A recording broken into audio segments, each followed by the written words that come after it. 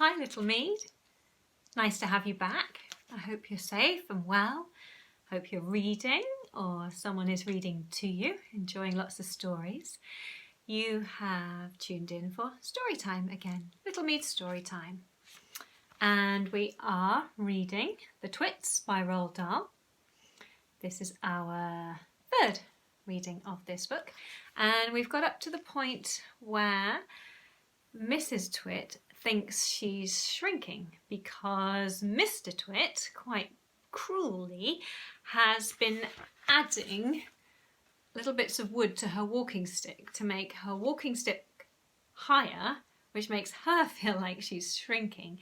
They're not very nice to each other, Mrs. Twit and Mr. Twit, and we'll find out what happens next. This chapter is called Mrs. Twit Has the Shrinks. As soon as Mrs. Twit sat down, Mr. Twit pointed at her and shouted, "There you are! You're sitting in your old chair and you've shrunk so much your feet aren't even touching the ground."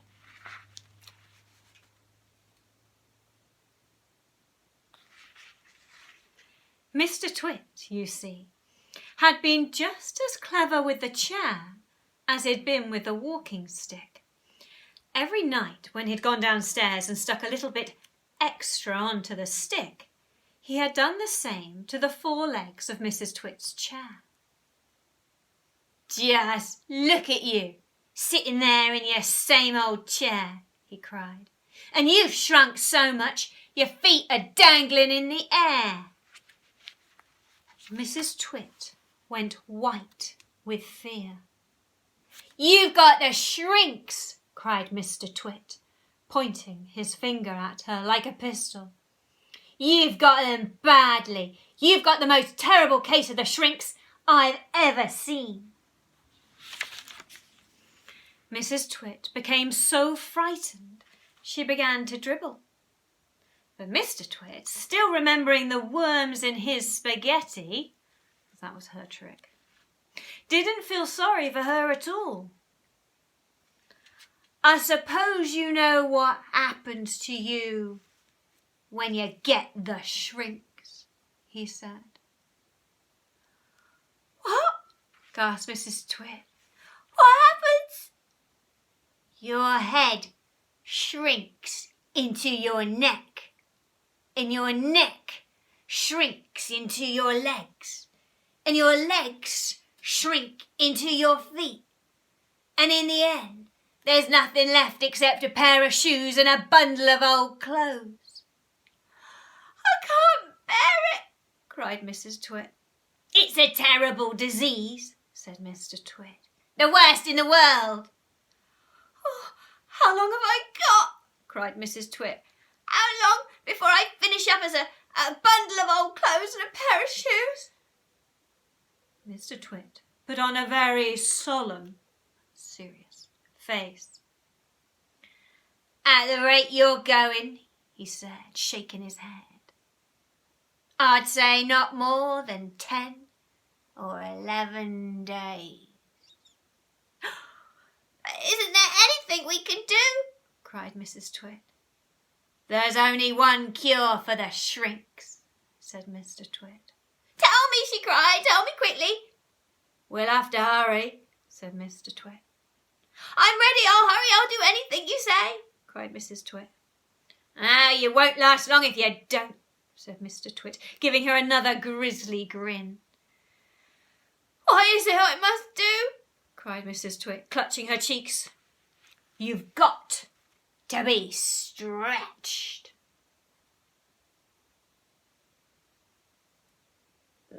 She looks very scared. Next chapter is called Mrs. Twit Gets a Stretching. Mr. Twit led Mrs. Twit outdoors, where he had everything ready for the great stretching. He had 100 balloons and lots of string. He had a gas cylinder for filling the balloons. He had fixed an iron ring into the ground. Stand there, he said, pointing to the iron ring. He then tied Mrs. Twit's ankles to the iron ring. When that was done, he began filling the balloons with the helium gas. Each balloon was on a long string, and when it was filled with gas, it pulled on its string, trying to go up and up. Mr. Twit tied the ends of the string to the top half of Mrs. Twit's body. Some he tied round her neck, some under her arms, some to her wrists, and even to her hair.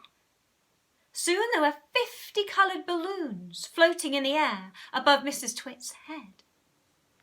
Shall we have a look? There she is, there's Mrs. Twit, attached to the ground. And the balloons are pulling up, so they're pulling her upwards. And what she thinks is happening is that she's being stretched, but it's all just another trick by the nasty Mr. Twit. Can you feel them stretching you? Asked Mr. Twit. I can, cried Mrs. Twit. They're stretching me like mad. He put on another 10 balloons. The upward pull became very strong. Mrs. Twit was quite helpless now. With her feet tied to the ground and her arms pulled upwards by the balloons, she was unable to move. She was a prisoner. And Mr. Twit had intended to go away and leave her like that for a couple of days and nights to teach her a lesson.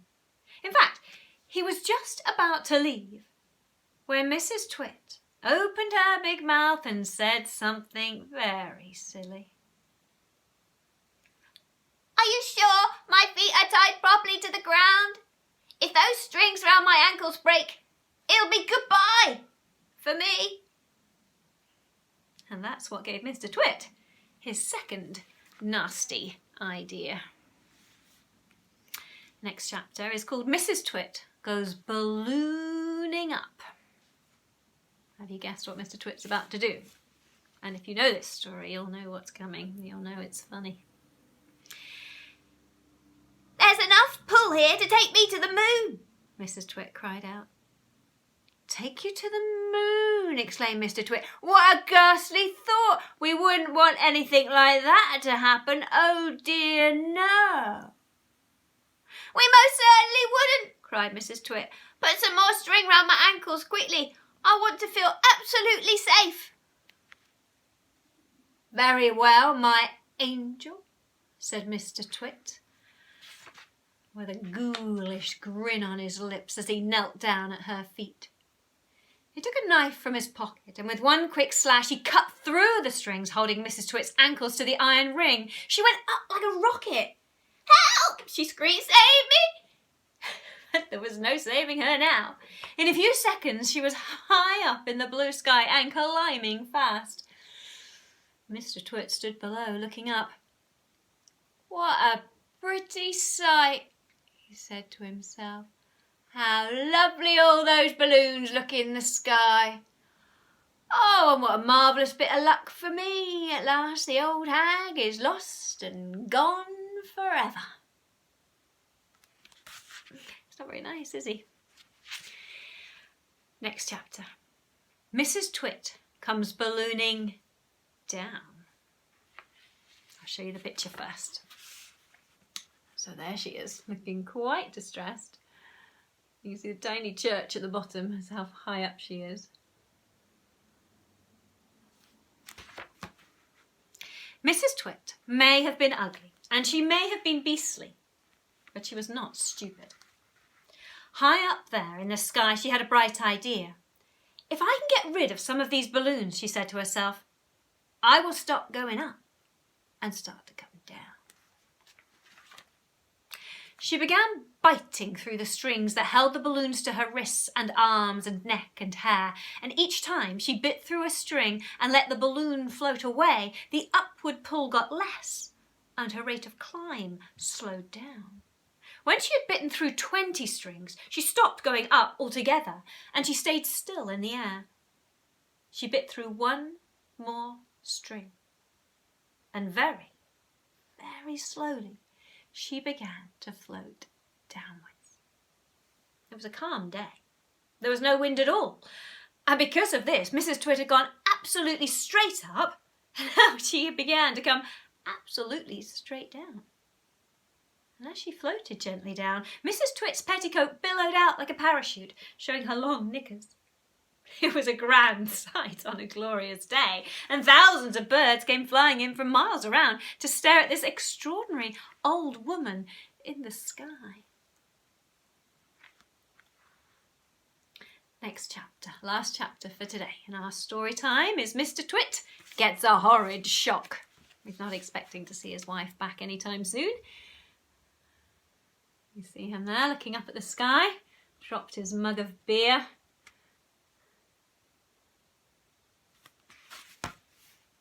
Mr. Twit, who thought he had seen his ugly wife for the last time, was sitting in the garden celebrating with a mug of beer.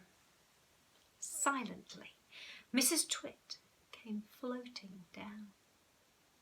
When she was about the height of the house above Mr. Twit, she suddenly called out at the top of her voice, "Here I come, you grisly old grunion, you rotten old turnip, you filthy old frumpet." Mr. Twit jumped as though he'd been stung by a giant wasp. He dropped his beer. He looked up. He gaped. He gasped. He gurgled. A few choking sounds came out of his mouth. "Oh! I'll get you for this!" shouted Mrs. Twit. She was floating right down on top of him. She was purple with rage and slashing the air with her long walking stick, which she had somehow managed to hang on the whole time. "I'll swish you to a swazzle," she shouted. "I'll swash you to a swizzle, and I'll nash you to a nozzle, and I'll nosh you to a nazzle." And before Mr. Twit had time to run away, this bundle of balloons and petticoats and fiery fury landed right on top of him, lashing out with a stick and cracking him all over his body. Revenge is sweet. Okay, that's enough of Mr. and Mrs. Twit for today. If you come back tomorrow, we'll have the next chapter. The next chapter is called The House, the Tree and the Monkey Cage. So if you want to hear more of that story, please come back for Little Mead's story time tomorrow. Bye.